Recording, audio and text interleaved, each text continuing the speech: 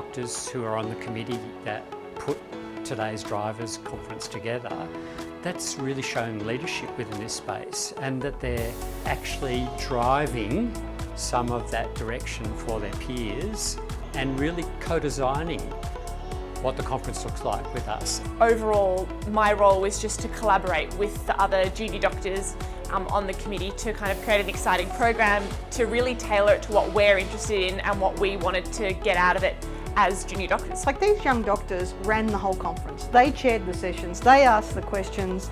You know, they hadn't done it before, most of them, and what a tremendous job they did. Being on the committee, I think I've taken away an enormous amount of learning, personally and professionally as well. I've learnt like communication skills, organisation skills, like how to run a conference.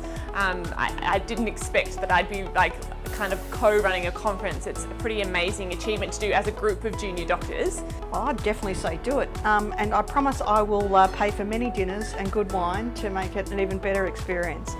Look, it's interesting, a lot of them when they started to do drivers, I think I coerced them and twisted their arm, and nearly all of them at the end have said they've learnt amazing skills. They've made great friends across different departments in the hospital and got an understanding of how a conference works. It's to show that great quality research can be conducted in regional and rural settings, and to show the importance of that, and to be facilitating conversations with people to allow that research to happen more and more, and for us to engage with each other and collaborate and have great outcomes for our patients and our communities. Being able to be involved in the Drivers Committee has given me this fantastic skill set that I can use not only for my own personal kind of day-to-day, even just at work. These skills are so transferable. It's, you know, it's something that you can say, I've been involved in this project and I have these skills now because of it.